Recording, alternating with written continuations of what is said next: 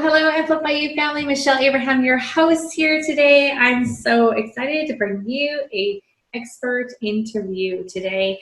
I'm joined by Kelly Sinclair. Kelly is a marketing and brand strategist who works with entrepreneurs to help them get clear on their message and who they serve so that they can grow their business. Now, Kelly's got a really cool background here. She's also a fellow Canadian, so yay for Canadians. Not many on this show. No, just kidding. We do have lots of international guests on this show. But Kelly believes that entrepreneurs are some of the most passionate, dedicated, and hardworking people around. And that kind of commitment is what makes businesses successful. She also believes that more people can find success in their entrepreneurial pursuits, the world would be a happier place. And I couldn't agree more. So Kelly's background is in public relations for international companies in the big corporate world, multi-million-dollar brands. And I love how Kelly's taking her big corporate experience and now applying it to small businesses. So she understands that every business is unique and requires customized strategy in order to reach its goal. So welcome, Kelly. Thank you so much for joining us today. I'm excited to dive in all about brand strategy. Thank you so much, Michelle. I'm super excited to talk to you today. Yay, so great. So let's dive right in with brand strategy. So now there's a little bit of, I think, confusion in the marketing place. And so maybe you can help our podcasters kind of get a little bit more clear, brand strategy, marketing, are they the same thing? Are they different? How does that all come into play together? Yeah, absolutely. It is a little confusing, and sometimes people use the words branding and marketing a little bit interchangeably, but I am a firm believer that branding and marketing are different things, and in fact, branding is the first thing that you need to focus on. So branding is who you are, and marketing is what you tell people. And so the what you tell people has to come from the who you are piece of it. So you're saying that we should probably work on brand strategy before we launch that beautiful website. Yeah, I love to say that the brand strategy is all of the things that you wish you did before you started a website or your Facebook page or your podcast, guys. Right. Or like 5 years into your business, wish you had done in the beginning, right? Totally. And you can always backtrack, and some people like to do things sequentially. That's the way their brain works. And some people like to kind of dive in, explore a little, and get some experience to help them shape what that brand is. So it's not like you're doing it wrong if you didn't start there. So I'm not here to lecture anybody on that, but it's certainly something that once you go back to it and you create kind of that foundation, you are going to find a lot of things are going to be easier in your business, from how you develop content, how you talk about your business, and even decisions that you make in your business, because you're going to be able to choose things that are more in alignment with your brand. That makes a lot of sense. So how do we kind of figure out what our brand strategy is? Okay, so I have a magic brand formula that I have come up with in working with clients over the last few years that is really sequential, and it builds on itself. And so here it is for you. The first piece is who you are. So the who you are is what makes you unique, your brand values, your personality, how that all comes out in the way that you show up, the way that you deliver your services and your products to people. And I really think it's super important to have that really down first. I give a dating analogy sometimes where it's like, if you were going out looking for your partner and you didn't know who you were, how confusing would that be? You wouldn't know who you were looking for. So you really need to sort of be solid in who you are as a brand before you go out and start trying to find clients for your business. So the second part of the formula, yeah, that leads right into it. The second part of the formula is who you're for. So if we have who you are, then we know we can start defining who you're for. And this is really a compatibility thing. So I love the quote from Marie Forleo. She says, "You can't reach everyone, you can't please everyone, and you're not compatible with everyone." And it's just so true. We often have this kind of feeling that either A, niching down means I'm going to reduce my potential pool of clients, or B, I can serve everybody with what I do, and we're going to try and like be a people pleaser and hang out over there. Yeah, it's funny. I just got an email from one of our clients, Karen Kenny, this morning, and she was saying in her email, it was her email newsletter. It said, if everyone likes you, you're doing something wrong. And I was like, oh, that's a good point. If everyone is liking you, you're not obviously using your voice enough. Yeah, or you're not listening to somebody. Yeah, those are good ones. I like that.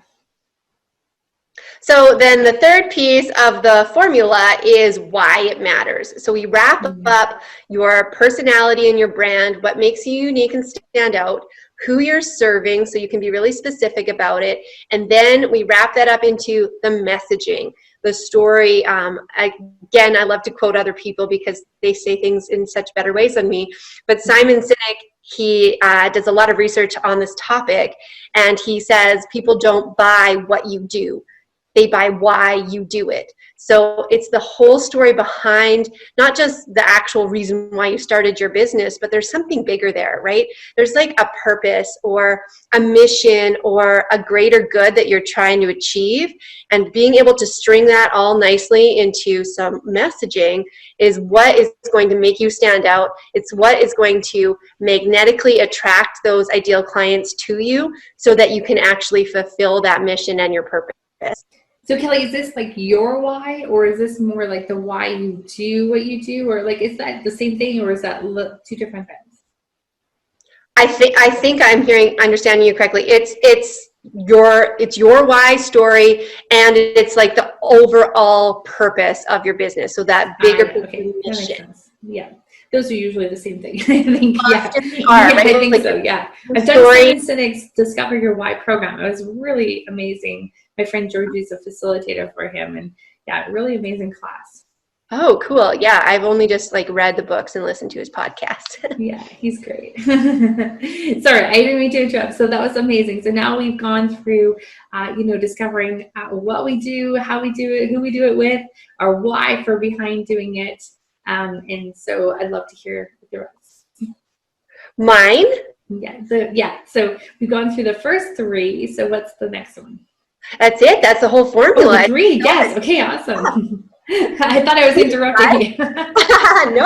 No. So let me just summarize. It's the magic brand formula, not yet trademarked, but don't steal it, is who you are plus who you for plus why it matters. And then equals your brand. So it's all of the pieces, like the communication is in there, the way that you go out and talk. But if you don't do it in that order, you can see how it can be confusing, right? If you first started with, okay, I know that I need to figure out who my ideal client is, and you started going, well, I could do this for this kind of person or this for this kind of person. Or, sometimes like you go by the clients that you're actually serving and they're all kind of random and it's not just the ones that you really, really want.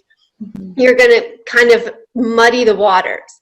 And ultimately, you want to be able to make a really clear statement that will instantly and succinctly tell people that they're in the right place.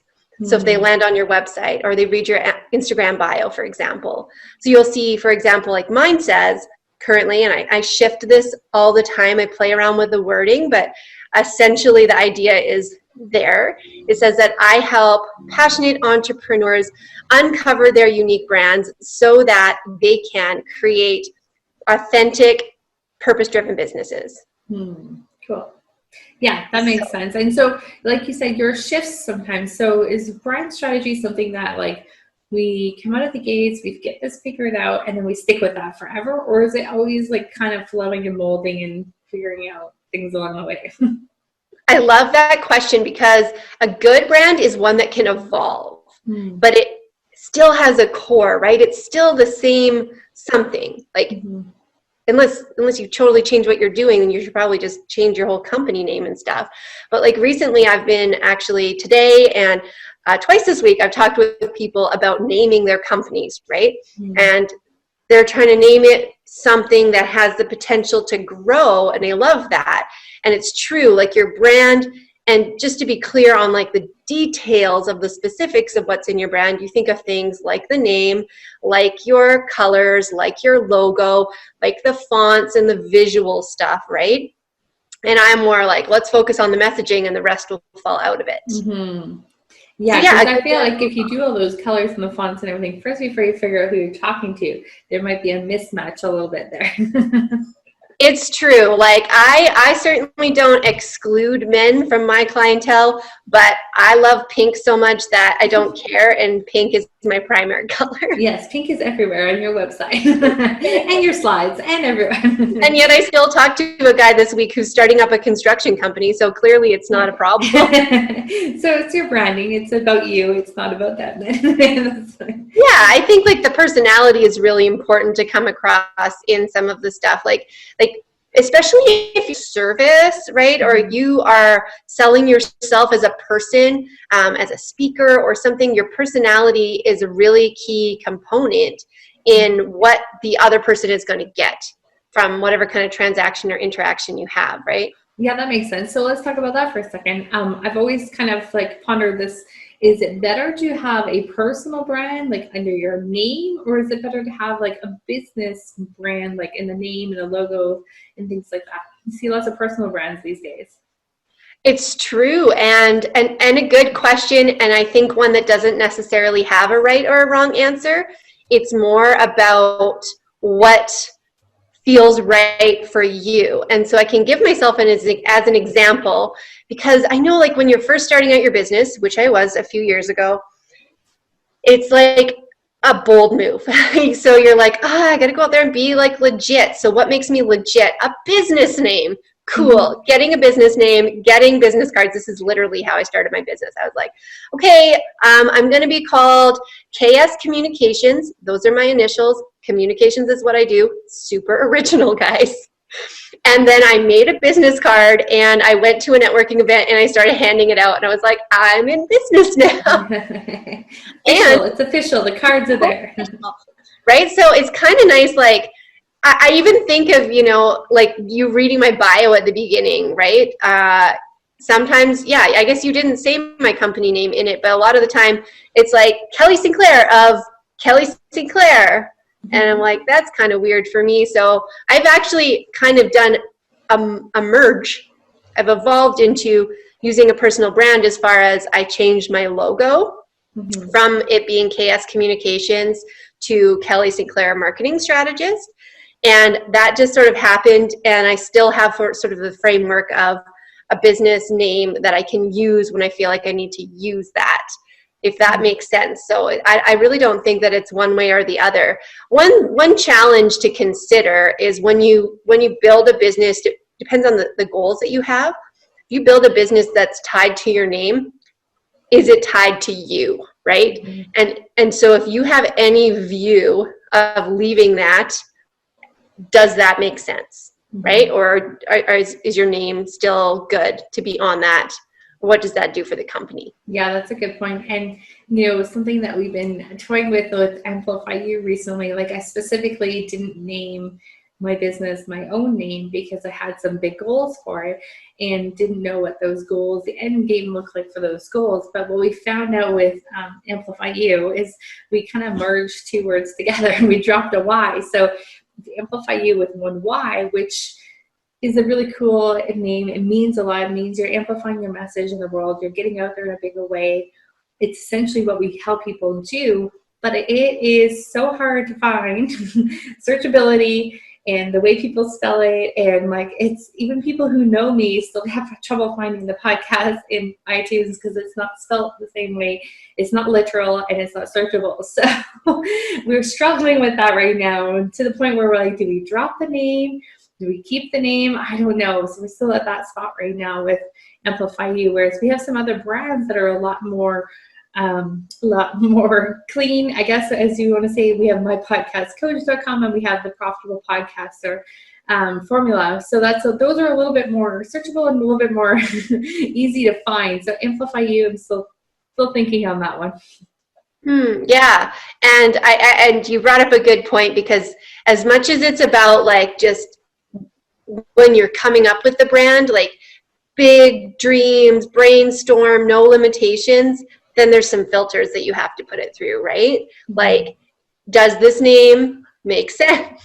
Will people spell it wrong all the time? Or even, or literal. Yeah. right? And is it available? Like, that's always a problem. So I worked with a client today on naming her company, and so that was a problem. She came up with all these names, and then none of them were actually available.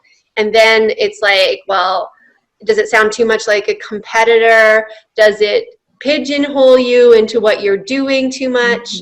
And are there any like legal things that you need to are there any trademarks with it? We just had a client on the podcast of all things. Like, I really hadn't even considered this before, but her podcast ended up having some words in it that other people who had a trademark had those words, and they're very common words, like to do in the parenting space, like moms and and things, like very, very common words. So that really surprised me. So do you recommend people do like kind of like a trademark search before they start looking for names? Well, once you shortlist it, because I think you would limit yourself a little too much if you started from what's available.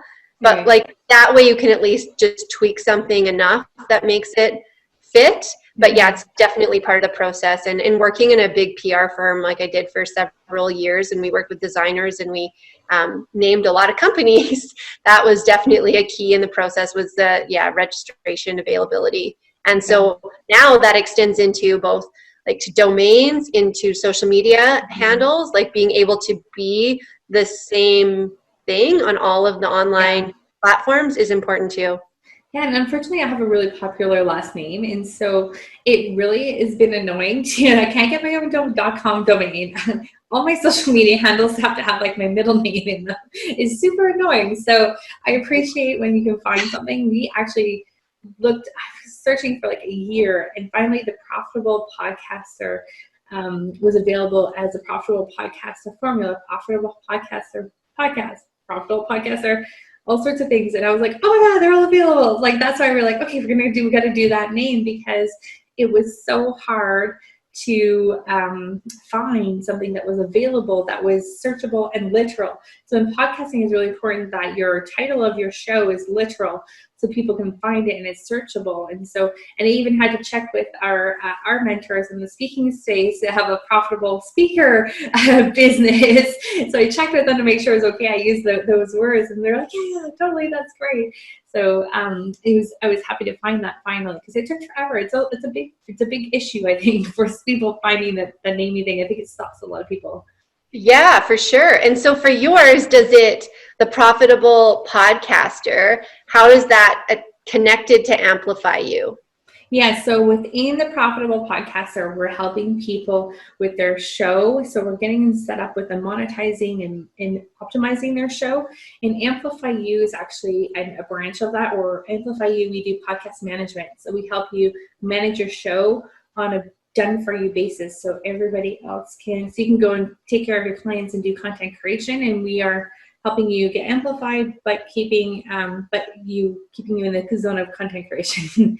So we do podcast management. So it's essentially a completely different business, and it's a done-for-you service that we offer people who have podcasts. Or if you don't have a podcast, we help you set up your podcast and then also manage it for you. So it's a separate business completely, but that's what I was like, do we call it? Do we change the name of it? Well, that would be my question to you is it a separate business, or is it just a separate offer? Like, would you have clients who would go from one side to the other? And if you do, then it's probably makes sense for it to be all under the same label. Yeah, it would, yeah. And I've got a partner in one, and I'm not a partner in the other part of it. So that's the other part of it too. So it's kind of, that's why we have it's two separate businesses right now. But I can see down the road how it could probably be a separate program within the same business, probably. I think that would be a lot easier. Yeah. And isn't it, it's both exciting and confusing how to structure a business when you're an entrepreneur. You can just do whatever you want, but also you're like, there's too many ideas. Yeah, and then when you have all these ideas happening, do they all fit together? And then do you have to revamp everything? And I think that's a problem, and a curse and a good thing with entrepreneurs. We have so many ideas, right? But it's like where to place all those ideas so that they make sense and your customer's not confused. Because if you're confused, chances are your customers confused too. Yeah. That's awesome. Yeah, So Kelly, any last bit of advice you have for us as far as brand strategy goes before we leave you? If you were to start all over again today, what would be the first two things that you do? I feel like that's a question you should always be prepared for on any kind of interview. I don't okay, so that was double-barreled. So is there anything I want to make sure that everybody gets? And that is, it doesn't matter how big your business is, you are a brand. Mm-hmm. So small business, solopreneur, Yes. just a one-person show, you are a brand. You have the opportunity to influence the way that people talk about you by being really strategic about it. Brand strategy, you need one. Yes, I love that. That is super powerful and something to remember, guys who are listening at home, our audience, make sure you heard what Kelly just said, because that's so powerful. And then I threw you under the bus with the other question, and I didn't prepare her for this question, and I don't ask this question very often, but I just thought off the top of your head, if you could think of two things what would be the first two things if you had to start all over again tomorrow with your brand, what would you do?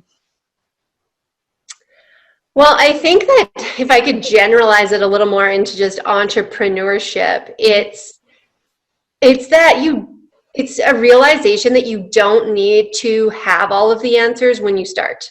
Mm-hmm. That part of it is like, it's a journey. In fact, I created a whole program, like a monthly program called The Journey, for this exact reason, because, you kind of go on a path and you explore things and you're working with a certain kind of client. And then, because you start with, well, here's my skill set and what I want to do. And you start serving those people and you're like, well, this doesn't all make sense together. I can't figure this out. Or you want to restructure everything. And it's okay to do that, right? It's okay to evolve the way that your business looks and just not be super attached to having it all put together at the beginning. And I am a planner and a bit of a control freak. So that was a really hard thing for me to sort of get over. So as far as lessons learned, that would be my top one.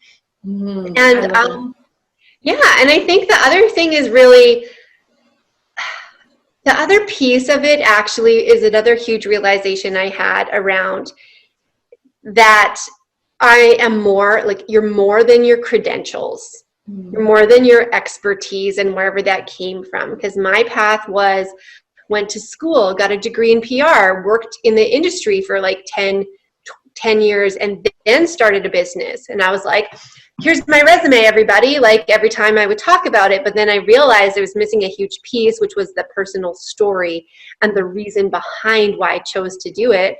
So for me, it was actually that my mom passed away.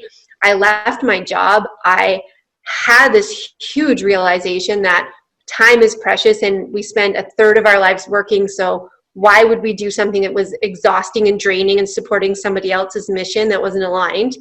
And I was like, cool, I'm going to start my own business then. I'm going to help entrepreneurs be successful in the things that they're passionate about. So the story piece is a really important part of not only how you operate, but your brand. And really, again, those are the same thing. Amazing. I love that. Yeah, but that's so true, because it's not until you include that story in what you're doing that you become a brand that people are attracted to. Until then, you're just you have products and all that. So, yeah. And I so relate to your story. My story behind what I do too come from my friend being killed by a train when we were backpacking in Europe together. And like, life's so short, right? And I spent the rest of my 20s doing things on purpose to get paid, to have fun and do things because you don't know how long you have. And so, doing things that are important to you and helping people with their messaging and getting their message out there in a bigger way, which is what we both help people do, I think is so important and probably a big part of the why we find what we do. Oh, for sure. I love that. And it's unfortunate that sometimes a huge like trauma like that is what sparks people, but we all have those aha moments one way or another, right? Yeah. And so there's been a trigger for sure, if you're listening to this, at some point in your life that's made you make a different decision, like whether it was an experience or something happened to you or something happened to somebody that you loved and you shifted your perspective. Mm-hmm. And now we only do things that we enjoy. Because, yes, only do things that you enjoy doing and love doing. To me, I don't feel like I go to work every day. I feel like I get to go and have coffee with friends all day long. Like, I feel like today, like I've had so many interviews today and it's been amazing. Like, I've just felt like I've socialized all day. And yet I've been working. So it's been super fun. And Kelly, I want to thank you so much for spending time with us today. It's been really great. We learned so much about brand strategy, and coming from having a marketing background, I love the magic formula that you've put together there. So you've made it so clear and concise for people to follow along, whereas I think there's a lot of confusion and overload when it comes to brand strategy and marketing and all the things that we're told we should be doing. And you've made it super clear and easy for us to follow. So thanks so much, Kelly, for being with us today. Amplify You family, make sure you go check out Kelly. Kelly, where can we find more information about you? So I hang out a lot on Instagram at ks_comms, and that's COMMS. You talked about being able to actually search things. I should do something about that probably. Or my website is ks-communications.ca. Awesome. Okay, guys, go check out Kelly's stuff, and you will enjoy all the pink on her website. It's lovely. All right, until next time, guys, take care.